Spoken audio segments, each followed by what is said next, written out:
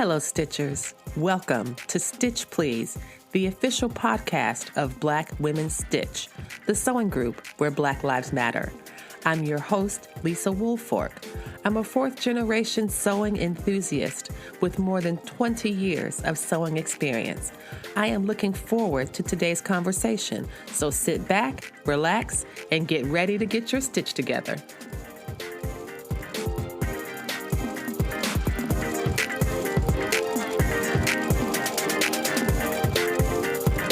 Hello, everyone. Today is December 25th, 2019. And that means it is Christmas. So I wish a Merry Christmas to those who celebrate, and for those who don't, happy holidays or just happy days. This is a special episode of the Stitch Please podcast, and it's an opportunity that I had to sit down and get on a call with my mother, my middle sister, and my youngest sister. So these are the girls that I grew up with, and my mother, of course, and just a chance to kind of have these reminiscences about Christmas, about the sewing that my mother did, is really a special time. So this episode is that conversation, and we recorded it a few weeks ago, and I thought it would be a perfect thing to show or to play for Christmas, as hopefully you all are enjoying time with family, or just enjoying your regular sewing day or any day that is. I do wish everyone happy holidays, and here is my family, my chat with my mother and my sisters. Thanks.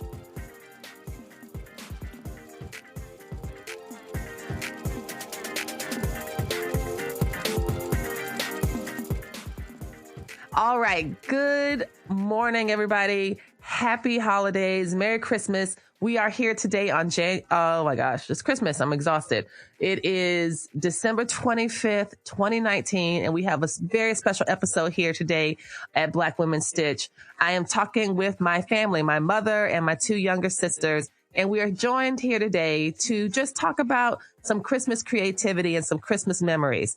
I'm really fortunate to be from a family of wonderful, wonderful women, and to grow up with these girls and to just, help to know myself through knowing them. And so I'm delighted to welcome to the podcast today my mother, Ianthea Woolfork. Mama, say hi. Hi, everybody. Greetings. Merry Christmas. And who is cackling? And I'm the oldest of three girls.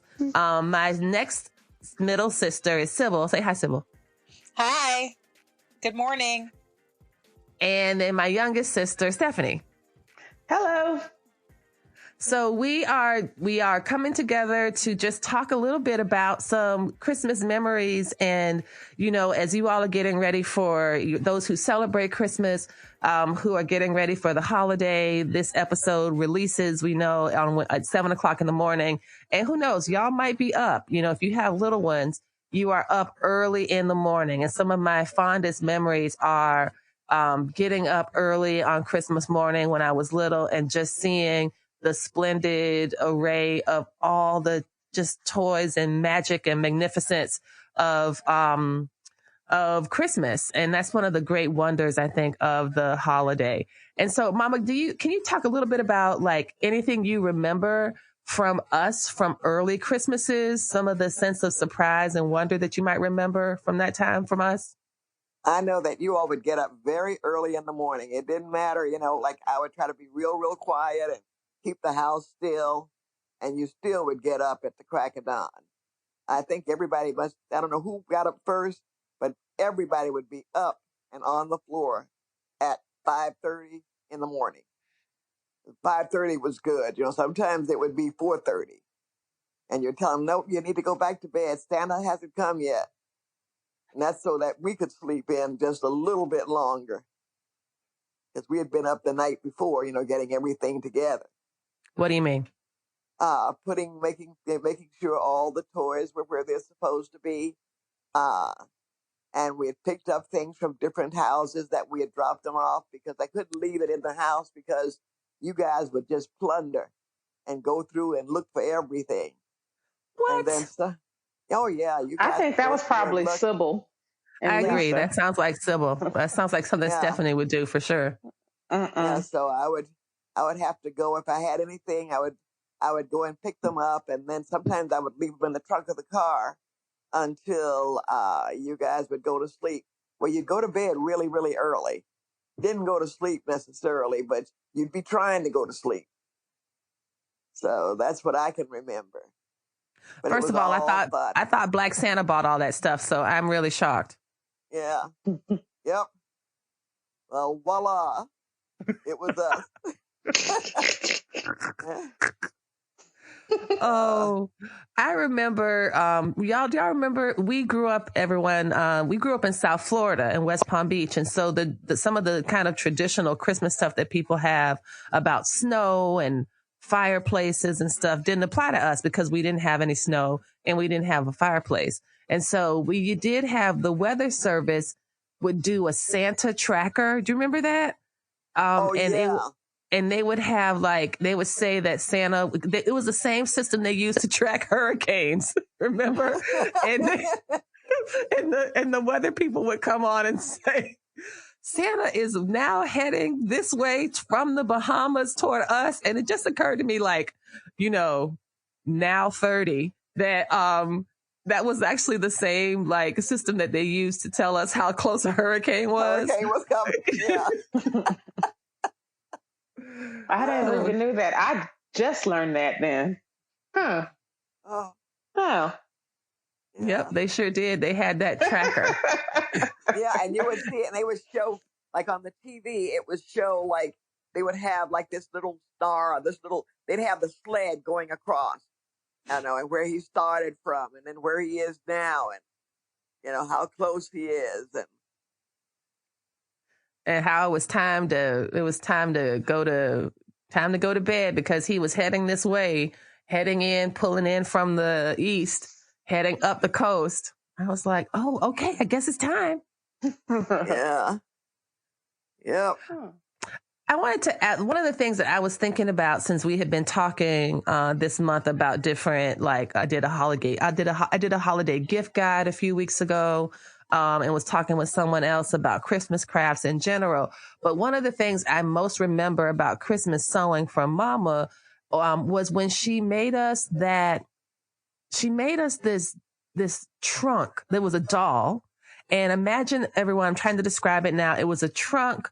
Imagine a large rectangle with a handle at the top, I believe, and latches on the side.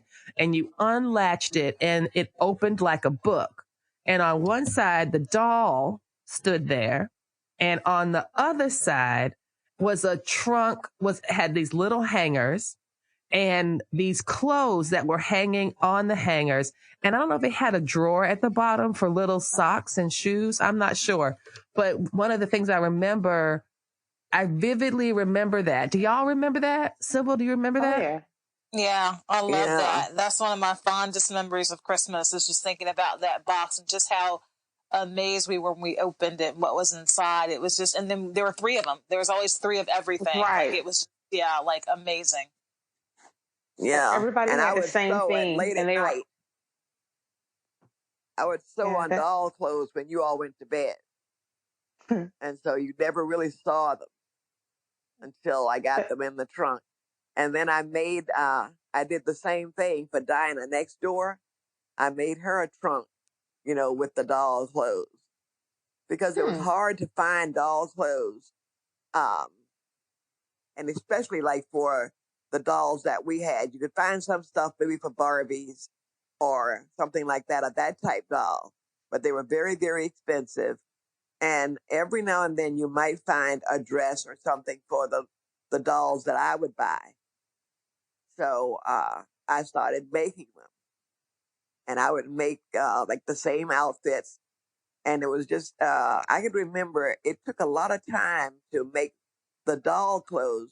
It was easier to make a dress for the kids than it was for the doll because they were much smaller and more intricate details, just trying to get it all together.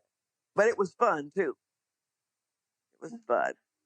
But visually, it was really appealing. The way she had, remember how she had them all standing up and all, in order, and everybody had their own little stuff. And it just looked, once you opened everything up, you're like, wow, all this stuff matches. This took a lot of time. And at the time, I didn't realize how much detail and how much work was involved. You always think your parents can do everything pretty fast, and you don't think about how much sacrifice it takes. Well, and the thing I think, first of all, I never realized you made them for Dinah, who was actually significantly older than us, and at that point, probably a teenager or a young adult. So that's really I too cool. am now learning of this news and slightly jealous. What does that say about my personality? But no, I think it's just beautiful that, Dinah was an only child, and she, didn't probably have, I know Miss Wallace didn't sew. So she would do that for Dinah, so she'd have a surprise too. Like, that's really beautiful, Yeah. Yeah. And she probably appreciated it more than we did, because she was older. Whereas we play for a while and then we go do something else. But what I remember the most is just, and I realize about myself now, like, I love the spectacle of merchandising. And that's one of the reasons, because Mama would always make things very beautiful, and she would make them, it would be organized, and it was just, the attention to detail was always there. And as an adult, that's who I am. I'm in marketing, and I really love the attention to detail when things come together beautifully. And that's because of Mama. And that's the way she merchandised those dolls. Yeah. But I enjoyed doing it. It was just fun. And I could stay up and stay awake until, like, I didn't start sewing on that kind of stuff until everybody had gone to bed and they were really asleep.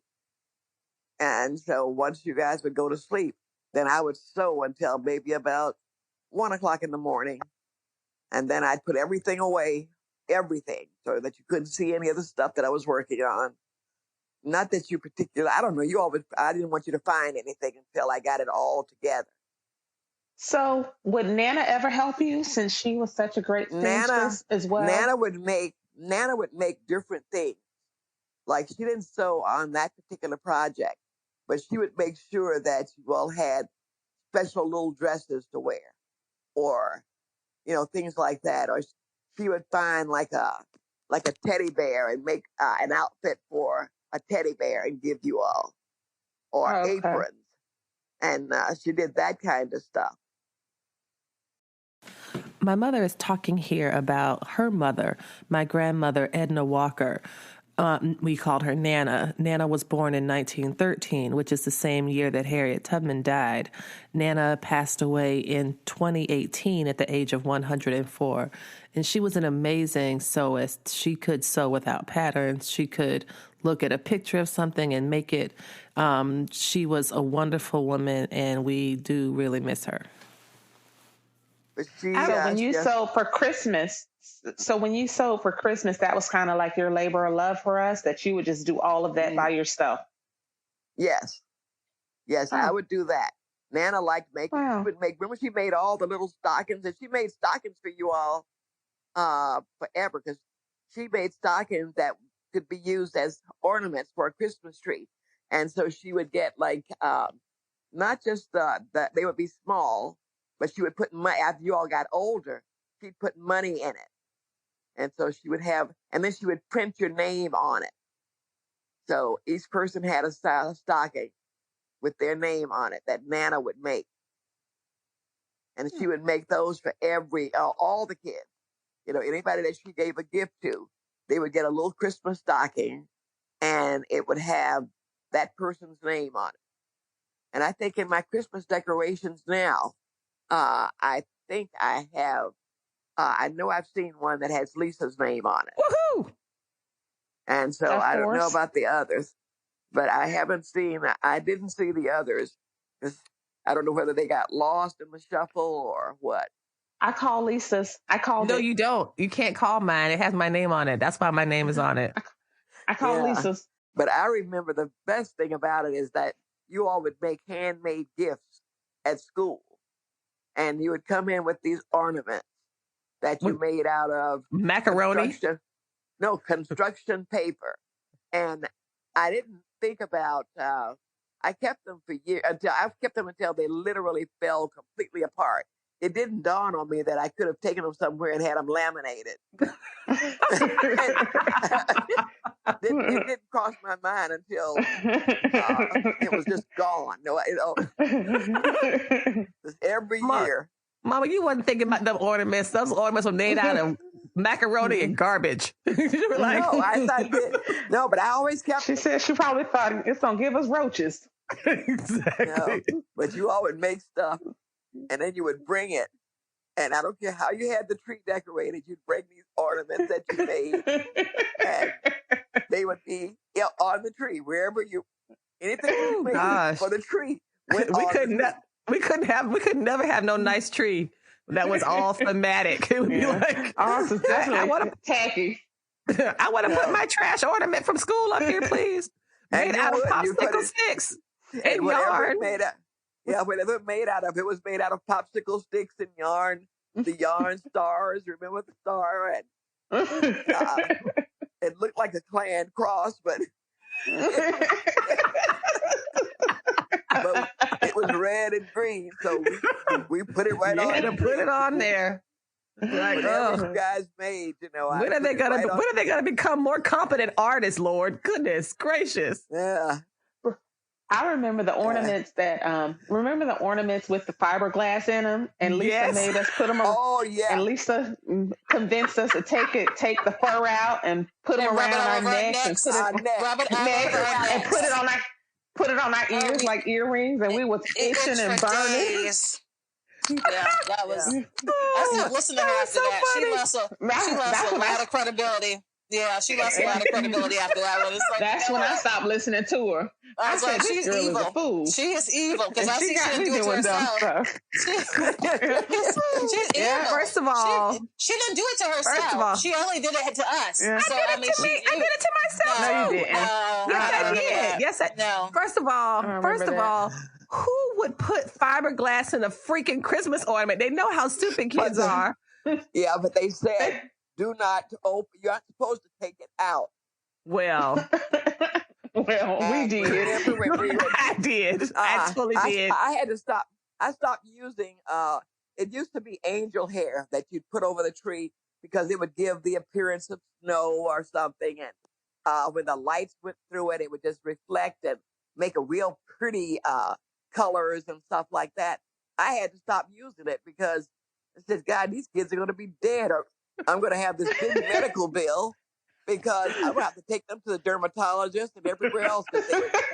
So I stopped buying it. I think finally they stopped making it. Well, I'm sure because it was poisoning the children. That's terrible.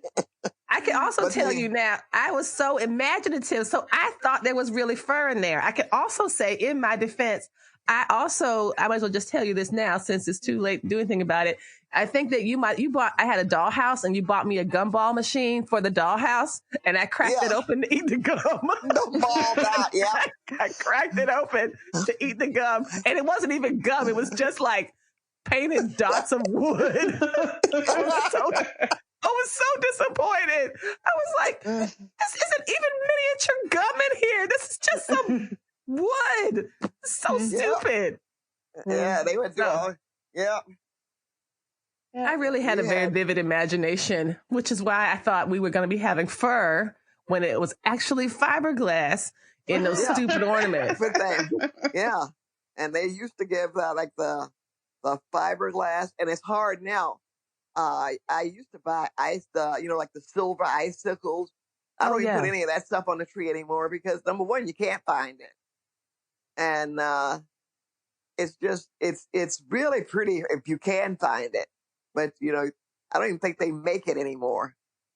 But it was fun while it lasted. You're listening to a special episode of the Stitch Please podcast, a Christmas Kee-Kee, where I'm talking with my mother and sisters, and we're just reminiscing over holidays, Christmas pasts.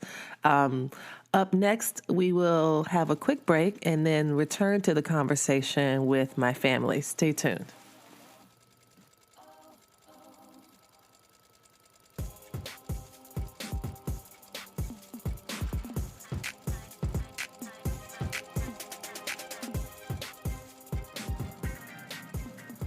Stitch Please, the Black Women Stitch podcast, talks a lot about sewing. But if you'd like to see some of what we're discussing, we invite you to follow us on the socials. On Facebook, you can find us at Stitch Please, and on Instagram, you can find us at Black Women Stitch. On Instagram, you'll find a lot of great pictures and compelling social commentary. In addition, you can participate in a weekly live Instagram chat at 3 p.m. on Thursdays at Eastern Standard Time. So follow us on the socials, Facebook at Stitch Please and Instagram at Black Women Stitch, and get your stitch together.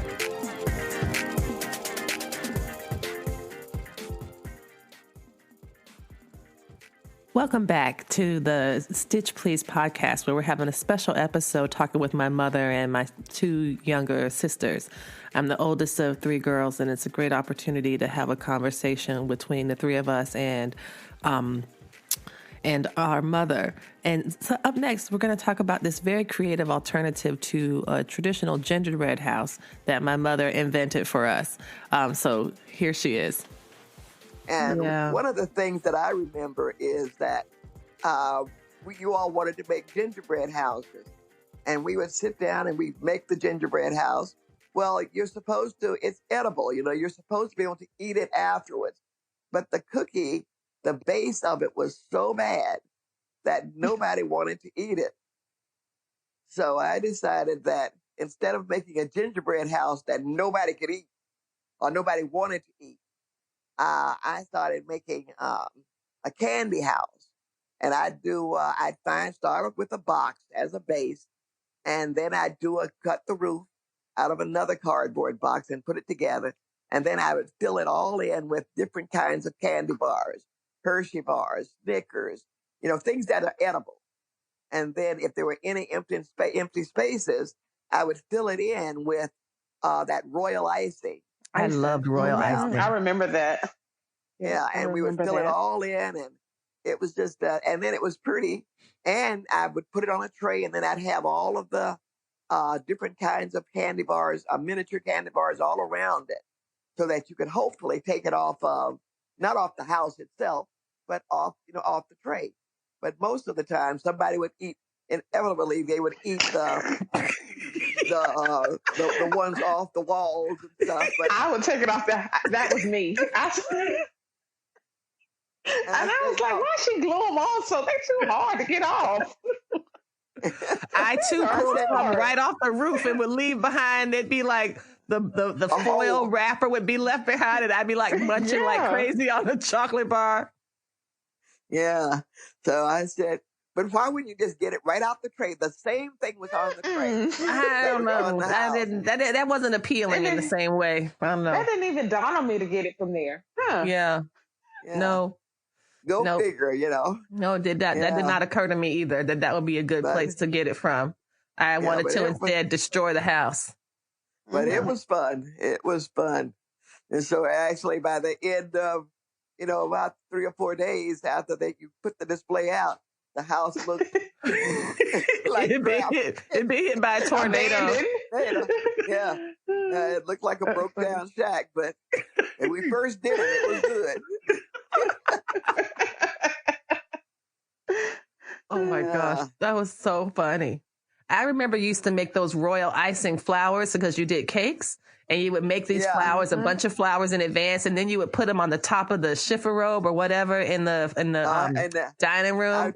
And then also, since we're confessing now, I would eat them. Yeah, me too. Because you'd go back and you say, well, God, I spent hours. And you come back and say, well, I should have had at least by now, 300. And maybe you'd have 40 or 50, maybe. And I would spread them out so it looked like nobody took, like I didn't take any. I try to and they would climb all the way up.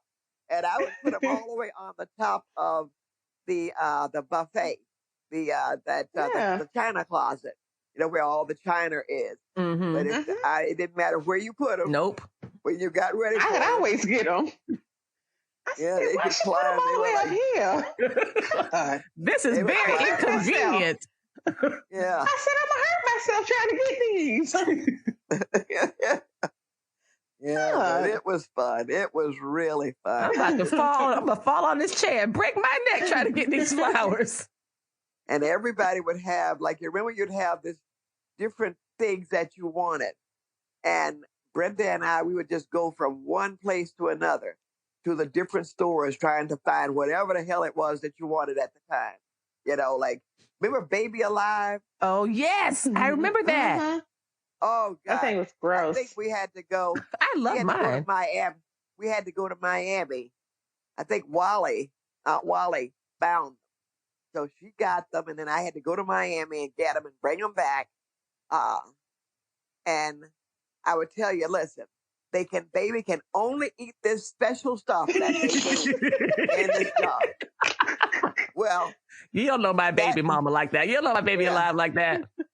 Yeah, this is my baby. I believe in her. After a while, the baby alive would smell like garbage. Like, I'm telling you, that baby stunk.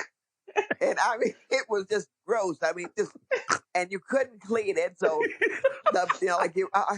I don't know. I said, boy, stuff would be coming and running out of the different crevices and the hall. And, well, what did you put in it? Nothing. Part of the problem was I ate some of the baby alive's food. And so she didn't have her special food. Because one of her special foods was this, like, you know how I hate bananas because they're disgusting, but I really like banana flavored things. And she had this banana flavored pudding. It was so good. And I ate all of it. And so she didn't have anything else to eat. So I don't know what you fed her. I don't know what we fed her. You would feed her. But I don't know. It would be something like it would be, and it had to be like maybe something that had like a meat bake. I don't know what it was. But you couldn't get it out. And then it would, you had to wait for it to decay completely. And then when it ran out, it was just nasty. I mean, it was bad. I said, no more Baby Alive. But our Baby Alive was better than the new Baby Alives. The updated Baby Alive now has some kind of ridiculous, like, marionette slot in the back, and you have to, like, pump it up and down to get the baby to, like, chew. And our Baby Alive, like, it had some kind of motor. Remember? You would put the bottle in its mouth, and you would put the spoon in, and it would actually eat the food in. It was so cool. Yeah. Yeah.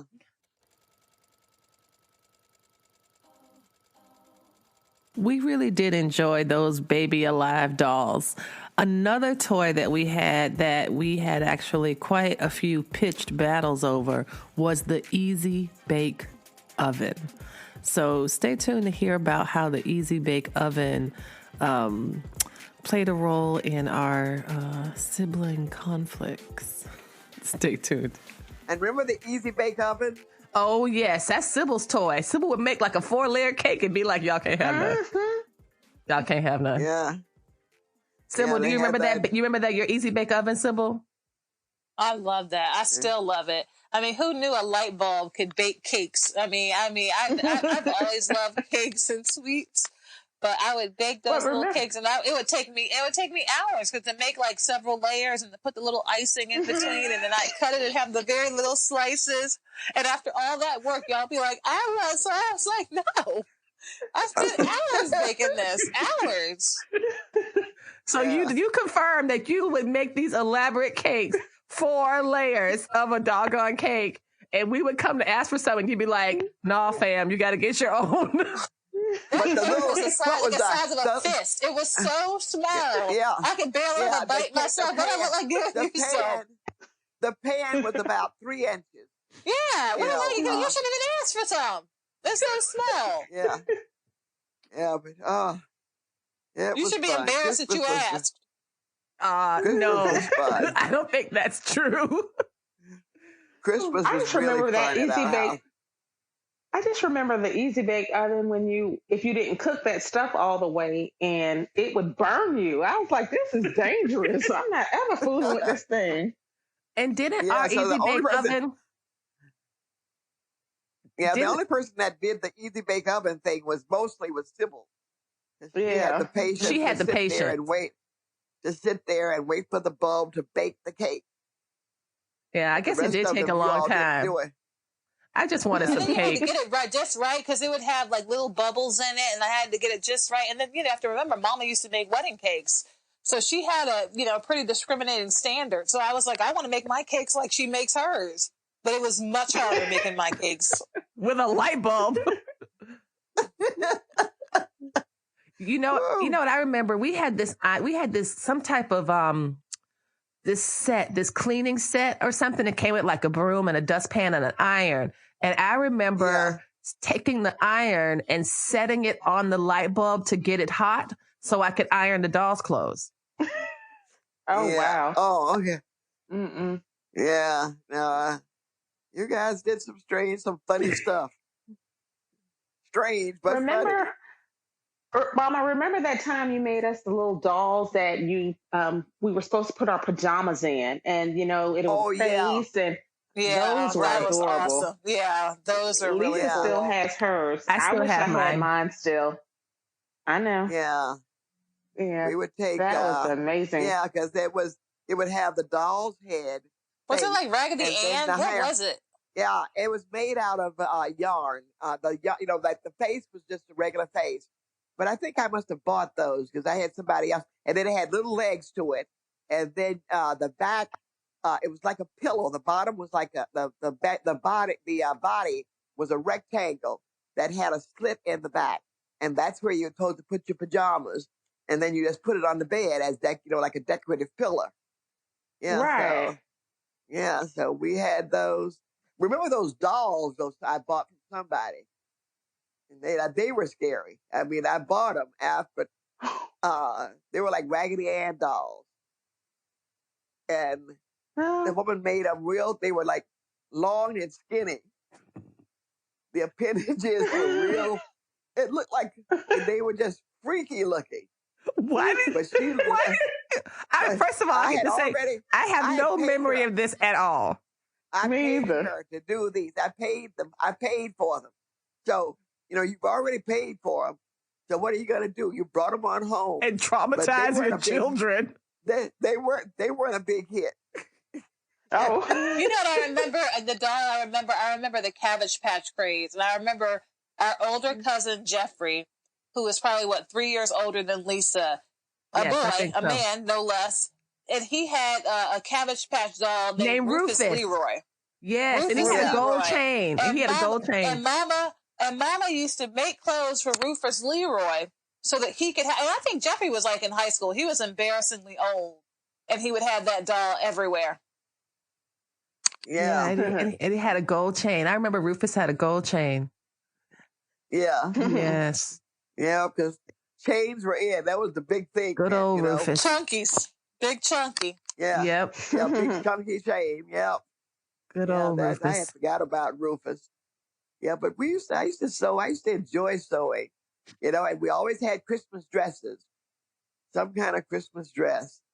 Either I would go to Miami and find them at Doris's after you guys outgrew Polly Flanders. Remember Polly Flanders with the smocking? Mm-hmm. Yes.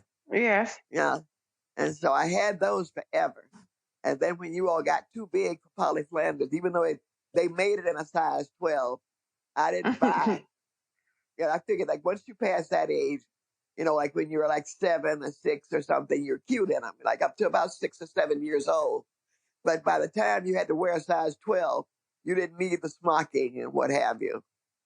So I would either make a dress or I would go somewhere and buy one. And I always bought them just alike. Remember that? Yes. I would buy them. Mm-hmm. And the only drawback to that is that Lisa would be 3 of them to start with. And then when Lisa outgrew hers, I'd pass it down. And so then Stephanie kept the same dress until you just got sick of looking at it. Because it would just go on and on. Finally, I decided that was not a good idea to buy 3 of the same thing because it just lasted way, way too long. So then I would get different colors or something in the same dress or something very similar. But it was all fun. I'm not sure if I'm misremembering this, but I'm remembering we had gone to some type of Christmas pageant or some type of thing. Oh my God. Oh, yes. I carried them to, what was it? The Nutcracker. ballet. I mean, this is really a dress up affair. And I come in and I look around and they've gone to the concession stand. They bought popcorn and crap. I said, I didn't even know the concession stand would even be open. And so they're sitting there watching this formal ballet, eating popcorn and slushies and all. And I'm saying, oh my God. Was that during the phase when Stephanie would wear the popcorn bucket on her head after we all ate all the popcorn? Oh yeah, oh yeah, oh yeah. That was something we would do. Yeah. As soon as we would go, oh God, if I carried you all to the movies, we would go on, like, on a Saturday afternoon or whatever, and the people at the concession stand, they would go back. You all would just go back long before they would give refills. When they finished eating, they would go back up to the concession stand and say, we're finished with this. Can we have a little bit more, please? And the people, they would just fill it up again. The kids, they would fill it up again, and they would come back, and we could clear a whole side of a movie theater. If they looked up and saw us sitting in a place, if we came in and sat down, we had people that would just get up automatically and move to the opposite side of the theater, the movie theater. And I said, and I knew why, because we talked out loud, and because you all would whisper, because whispering meant that you put your hand in front of your mouth, and then you just speak in normal tone. Why would you let Lisa and Sybil act that way in public? I don't know. But, like by the time it was just easier to just let it go than to make a big production or a scene. Because Lisa was why? Well, why not? They sold this. Of course, you were going to the restroom. You went to the bathroom. That's where you were supposed to be. But instead, you were at the concession stand buying crap. Yeah, I remember that one at the Nutcracker. Oh.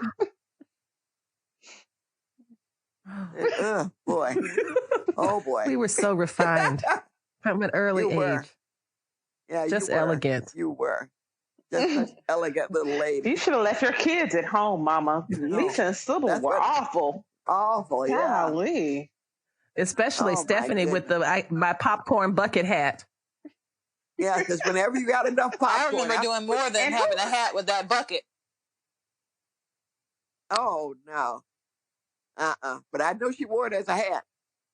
As soon as she finished that, but she was full. She put it, and when they saw her again, she'd be walking out the theater with the bucket over her head as her hat.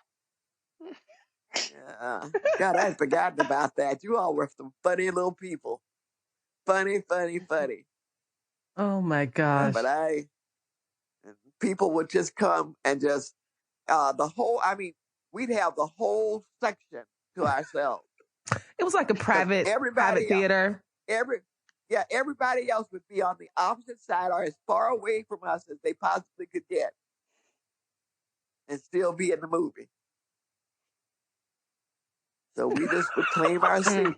And even if we got there late, it didn't really matter. We'd get us a seat. And as soon as everything else would open up right afterwards, they didn't have a sign. You just come, get there early and get your seat. Well, we didn't have to get there early because whatever seat that we took, we'd have that section to ourselves shortly thereafter. Yeah, that was fun. That was really, you guys were funny though. That was so funny.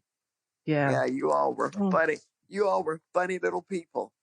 Yeah. Funny little people. It was good. Well, y'all, I think I'm going to wrap up, but is there anything else you wanted to add? Any other last bit of Christmas cheer or Christmas advice or anything like that? So much has changed now with us being adults and having kids of our own. And, now we're on the supply side of the Christmas trade. But you all you have traditions that we keep, like you insist. We can't even have, I can't get an artificial tree, with all the pretty lights already on it and stuff. When I get a tree, I have to get a live tree. And I have to use the same decoration. Yes. That is, I agree. And the mess that it makes after, but it's things like that. I have ornaments that I've had for years and years that I have to bring out. So I have that. I think about too, though, just being together. I mean, to me, that's the biggest tradition. All these years later, I mean, we're talking about memories from 30, 40 years ago, but here we are 40 years in, and I don't think we've ever missed a Christmas together. Marriage, I mean, work, I mean, school, no matter what that thing was, where life has taken us all over the world, Christmas is always together. It's always the four of us now with husbands and children, and I mean, it's Christmas means together, and to me, it's that tradition that Mama really instilled in us. Yeah, I think that's beautiful. Yeah. Well, it's all about family. Yeah, it's all about family. That's true. All about family, not the gifts, not the presents. It's just being together and just family. I like presents. And that's what's Christmas. Same. I want presents. I like presents as well. I want presents. I mean, what are you trying to lead into? I don't want any stuff. Okay, but I do. Buy some. I want some stuff. Yeah, I don't want any more stuff. I got way too much stuff now. No problem. Being together is enough for me. That's wonderful. I enjoy going. That is nice, Mama. The only drawback about going to Charlottesville is that usually it's so cold. But yeah, it does get cold. The camaraderie warms everything up. Yeah, that's true. The only thing I pray is God don't let it snow or have icy rain. Either one of those are bad. Yeah, that's no good.